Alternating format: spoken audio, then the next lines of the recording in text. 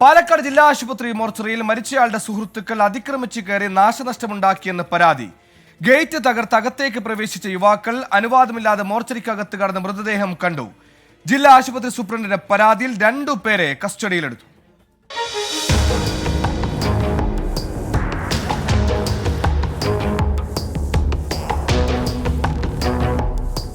ഇന്നലെ രാത്രിയാണ് വാഹനാപകടത്തിൽപ്പെട്ട് മരിച്ചയാളുടെ മൃതദേഹം മറ്റു നടപടികൾ പൂർത്തിയാക്കി മോർച്ചറിയിലേക്ക് മാറ്റിയത്.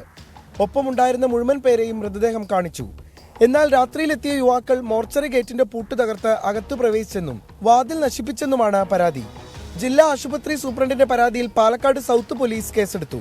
പുറത്തുള്ള മതിലിന്റെ ഗേറ്റ് ഉണ്ട്, ആ ഗേറ്റിന്റെ ലോക്ക് തകർത്ത് ഈ ജാലക മോർച്ചറിയുടെ അതിൻ്റെ ലോക്ക്, അതിലെ കമ്പി ഗ്രിൽ ഡോറിൻ്റെ അതിൻ്റെ പൂട്ട് തകർത്തിട്ട് ഇതിൻ്റെ അകത്ത് കയറി നിൽക്കുക. ഹോസ്പിറ്റലിൽ നിന്ന് ഇന്നലെ തന്നെ അവർ ഒഫീഷ്യലി പോലെ ഇൻറ്റിമേഷൻ കൊടുത്തിട്ടുണ്ട്. സംഭവവുമായി ബന്ധപ്പെട്ട് 2 പേരെ പോലീസ് കസ്റ്റഡിയിലെടുത്തു. പാലക്കാട് സ്വദേശികളായ അജിത്ത്, ശ്രീജിത്ത് എന്നിവരെയാണ് സൗത്ത് പോലീസ് കസ്റ്റഡിയിലെടുത്തത്. 24 പാലക്കാട്.